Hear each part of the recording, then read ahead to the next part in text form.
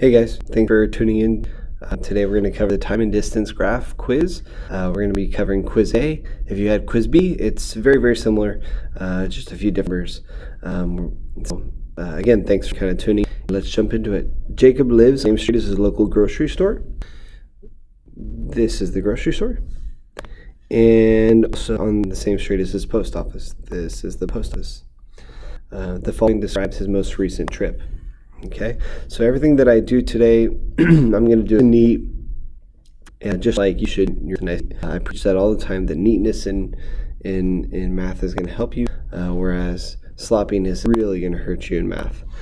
So before we begin, I think it's important to realize what our x values represent today, which time in minutes, and also what our y values represent, which is the distance from Jacob's house in. And notice that this is not scaled by ones, rather they're scaled by tens. So that's super important to kind of keep in mind, especially when we start talking about slope. So as I go through these, I'm going to kind of cross them off one by one. But the graph, it says graph the following situation on the graph above. So he starts walking towards the post office at a rate of 15 meters per minute for 2 minutes. So before we go any further, I think it's important to know that this graph is going to be increasing anytime that Jacob is walking away from his home. So this is very similar to like a CBR. Anytime the distance grows between a CBR and a person, it's going to increase. But in this case, it's going to increase anytime that the distance between Jacob and his house is increasing, which happens when he walks away from his house. And vice versa is true. The distance decreases when he walks towards his house. So very similar to his, but now we're talking about Jacob and the distance away from his house. So he started walking towards the post office. I would definitely recommend using a highlighter in a quiz to highlight important information. So he starts from his house, which means at second 0, he's actually at his house, and he's starting here at the origin. At 0 seconds, he's 0 meters away from his house, and he walks at a rate of 15 meters per minute, which means every minute that goes by, Jacob walks 15 meters, and he's walking away. So at 1 second, he's actually going to be here at 15 meters, which is between 10 and 20, and he does this for 2 minutes. So at 2 minutes, he's actually at 30 seconds. And I'm going to get my ruler and make just kind of a nice, neat, straight line, because I want to make sure that this graph is very accurate, or as accurate as we can be. And so I'm going to cross that off. That tells me I'm done with that.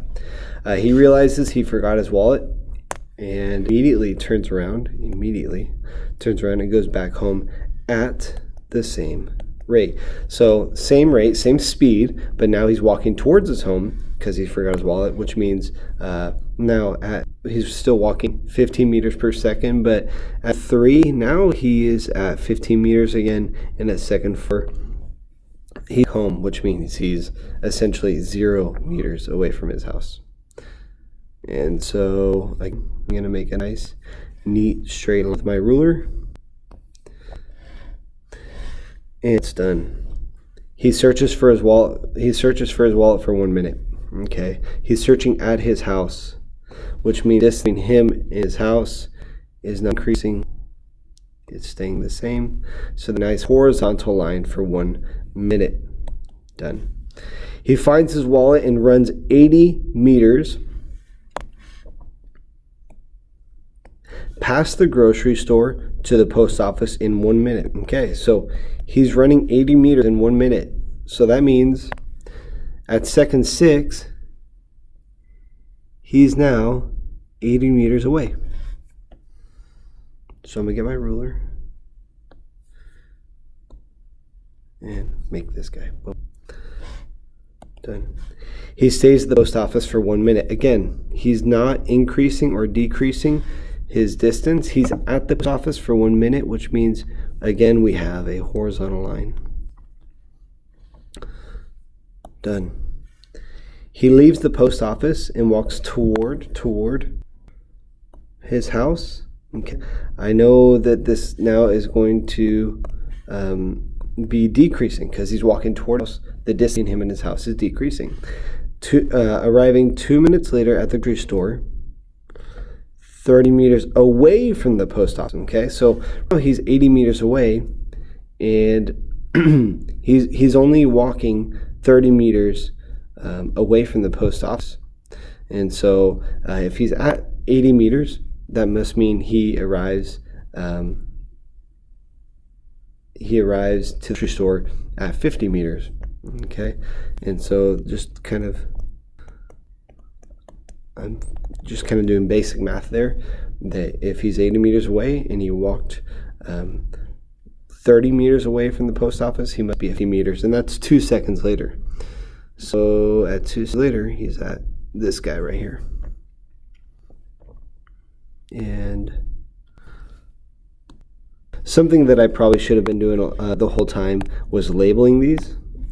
So this was line A, B, C, D, E, and F. Okay, so F is done. H, he stays at the grocery store for 2 minutes. Okay, so 2 minutes goes by, and he's still at the grocery store. Again, horizontal.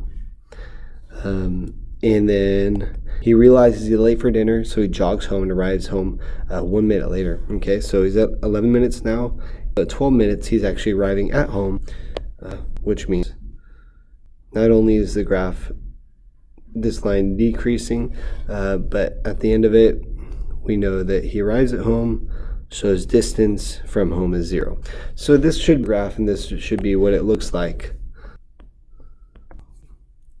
Let me go ahead and label that one. E and F. Awesome. Okay.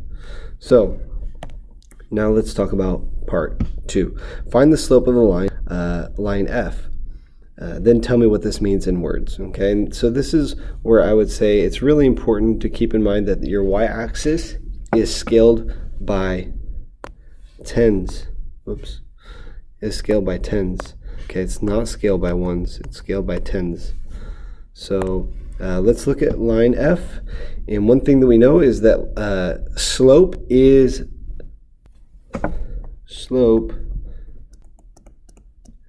our speed, and we know that speed is also known as rate.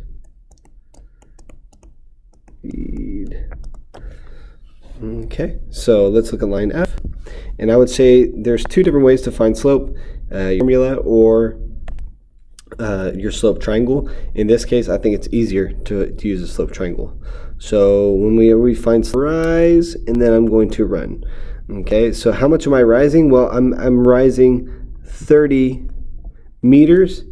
Again, it's scaled by tens, and I'm going left, which means it's negative, and I'm going left negative 2 units. Okay, so I'm just going to kind of do my math for number 2 over to the side here, that my rate of change is 30 over negative 2. So I'm getting a slope of negative 15, which makes sense because this line is decreasing. And anytime a line is decreasing, we should always have negative slope.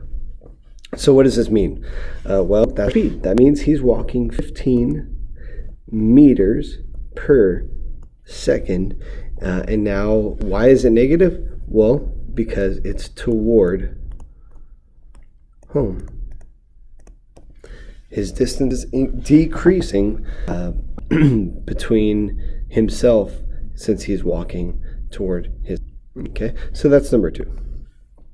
Number 3 says find the equation line A. Okay, well, remember that y equals mx plus b. That's our slope-intercept form of an equation, of a line, and we know that m is slope, and b is the y-intercept.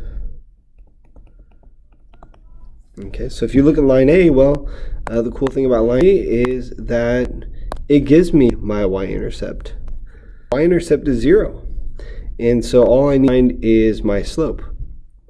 Well, I'm going to do the same thing. I'm going to use a slope triangle. You can use formula. That'll work too. But I'm noticing them going up 30 units and over 2 units. So I know that my m is equal to 30 over 2, which means 15. So my slope is 50. In other words, he's walking 15 meters per second. So I have my y-intercept, which is 0. I have my slope, which is 15. And I'm ready to make my equation, which is equals 15x plus 0. But in math, we always like to clean things up. And I'm left with just y equals 15x. And if I'm going to label that equation, y is the distance from Jacob's house, and x is time in minutes. Cool. 3 is done. And then it says find the equation of line H. Okay, well this is a little bit more difficult. Line H, oh my goodness, I label these A, B, C, D, E, F. Wow, I really labeled these. So let's kind of clean this up. This is not line E.